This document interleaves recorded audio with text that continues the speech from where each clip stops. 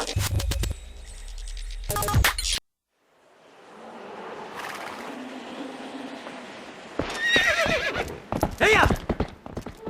guys, it's Matt here, and I've got the video review of Legend of Zelda Twilight Princess.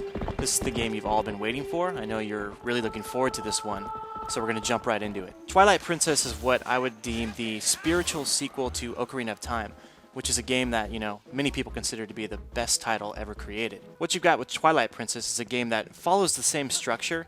You're going to be visiting a lot of the same places, seeing some familiar faces, and you're going to have a general feeling that will give you a sense of deja vu for anybody who's played the original classic. What you're going to find right off the bat is that the game's got a very similar control scheme to the previous titles, which is fantastic. These controls worked, and they continue to work, and actually they're made better with the Wii controller. It doesn't detract from the experience, it actually enhances it, so if you had some fears about that, put those to rest. Let me tell you why the control works. The Wii Remote effectively becomes Link's sword. You swing it left and right, and he'll do his sword swipes. It's that easy, really, and it actually feels good.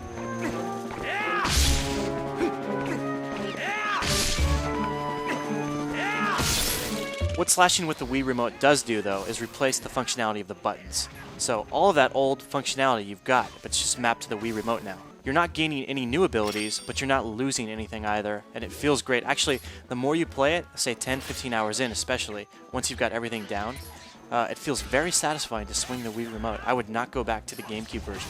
But beyond just being a replacement, the Wii Remote actually adds to the experience because you do feel a sense of what you're actually doing. When you make a move, it's more immersive. You can really feel it. Here's a good example, and it actually references a brand new move in the game. What you couldn't do before in any Zelda game is run while swiping your sword. But you can do it now, and it actually feels really good as you run through, say, a grassy field, and you're just basically going back and forth with your Wii Remote, and it's slicing everything in front of you. It's a simple addition, but it goes a long way. Where the Wii Remote really obliterates the GameCube controller is when you need to actually aim at something. So let's say you've got your slingshot out and you want to target something. There, the Wii Remote acts as your reticule. You simply point at the screen, look at what you want to target, and then fire away. And you can do this with a level of accuracy and a level of speed that simply was not possible before. And what's great is that you can actually do all of this while you're riding on top of Epona too. We've all been playing with the traditional control scheme for so long, so I can understand why you'd be skeptical of something so totally new. But give this a try, really, you're going to like it. After you've played it with just a few minutes, it comes together, it feels very natural, and you will not want to go back. Beyond the new Wii controls, there is of course a lot to this new game. Let's talk about sheer scope for a second, and I'm just going to throw some numbers at you. These might not be accurate, but this is what I came up with when I played. We're talking a 50 to 70 hour game, depending on whether or not you go into all the side quests, if you check out fishing, if you go to any of the day-to-day activities that sort of make this a living, breathing world. Hyrule is humongous, and you can go all around it. You're not limited in any way. You can go on foot, you can take Epona, or you can go in wolf form. Beyond that, you can also warp at any time, which saves an incredible amount of time. What we can't show you in video because it would take forever is how long it takes to walk from one end to the other. But rest assured, you've never come close to seeing a Zelda game this big before. Hyrule Field is immense. It's going to take you forever just to walk around it. And on top of that, you've got villages to explore. You have a whopping almost 10 temples.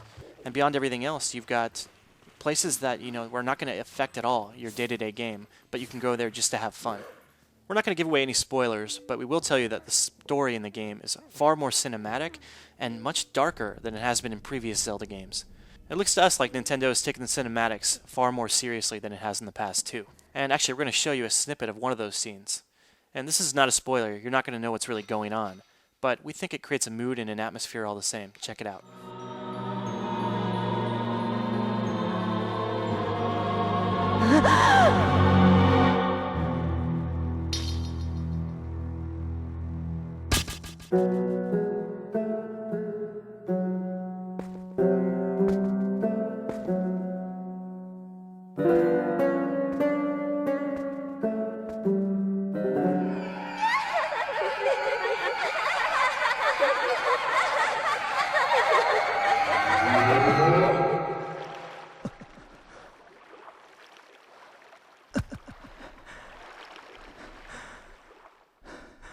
I find myself much more engaged, much more engrossed in the storyline because the presentation is much better.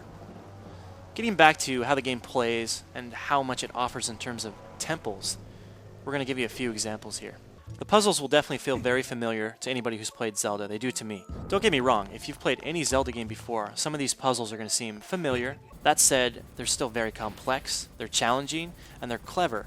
And what's great is that a lot of them make use of devices and objects and items and weapons that you get throughout the game. And in traditional Zelda or even Metroid form, you'll come to a place where you might not be able to do anything the first time. You get a new weapon, you come back there, and all of a sudden you can advance. The temples themselves do have a very Ocarina of Time feel to them, so you will have a lava world, you will have a snow world, you'll have the forest temple, you'll have all of those. But as you advance through the game, you're going to see Twilight temples, and you're also going to see brand new stuff that is completely new to this franchise, stuff that's really out there. So it's both nostalgic and completely new. Of course, at the end of each of these temples, you're going to find your traditional bosses, and these do not disappoint. They are big, they are varied, and they're creepy. One complaint I do have about the bosses, however, is that I think they're a little too easy. I would often find that having bested a boss, my life force would be at full count. In other words, while the technique to beating these bosses is still fun and engaging, they're not so challenging. I think it's important to remember here that Zelda Twilight Princess is really a GameCube title that's been ported over to Wii. That said, it is one of the prettiest titles to hit Nintendo's new system, it really is, and it's really varied and exceptionally complex. Whether you're riding Epona through Hyrule Field or mingling with the people of Castletown, it feels like a living, breathing world. The scope of the landscapes are immense too. Anywhere you can look, you can ride to. And oftentimes you'll see some temples you haven't been to looming in the distance. While Hyrule itself is pretty impressive, you've also got the Twilight world, which is sort of the alter ego to Hyrule. And this world here is very bloom effect filled. It's got particle effects flowing all over the place. It's got a very surreal, different, original look. It's very pleasing. It's very unlike Metroid's Dark Aether world, which I found to be a bit boring. Also, only on Wii will you get Zelda running both in progressive scan and 16:9 mode. It only runs in Pro Scan on GameCube, not 16:9. That noted, not everything in the game is beautiful. As I said, this is a GameCube title ported over, and that does show too. You do see some technical shortcomings here, including low-poly characters and environments, generally speaking. And Nintendo isn't really concerning itself with high-resolution, sort of crisp textures. As a result, especially during cinematics where the camera is framed up close, you'll be able to see some very blurry background objects. Even so, this is a pretty game. Nintendo has done a lot with the art here. The characters are interesting, and it all comes together for a pretty visceral package. I hate to be a nitpicker, but I have to complain, just a little gripe about sound. First of all, Nintendo has chosen yet again not to include voice work, and I think that creates a very claustrophobic feeling in the universe. None of these characters quite come to life because you're reading text blurbs instead of listening to them talk. On top of that, despite the fact that Nintendo has some of the best compositions in the business, most of the soundtracks in the game are MIDI and not orchestrated, which I think is a huge disappointment. Alright, we've come to the end of the video review, and you want to know what is the deal with this game. The answer, it's the best Zelda video game ever created. But it's not perfect. If you've come to this game expecting something completely new, something totally revolutionary, as you did maybe the first time you played Ocarina of Time and got it, well, you're just not going to get that here. What you will get is a refined, amazing, epic Zelda. The best Zelda, period. I really think that with Wii Sports, Nintendo has hit the casual gamer, but it has not forgotten about you either. This is your game. This is the epic undertaking that's going to take you through all of the holiday season, and you're going to enjoy every minute of it. I've given this a 9.5 and an Editor's Choice Award, both no-brainers. It's not a big surprise. Don't waste any more time listening to us. Go play this game for yourself.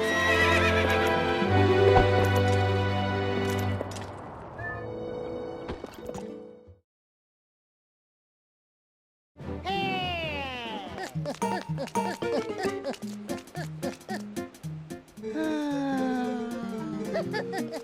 ha!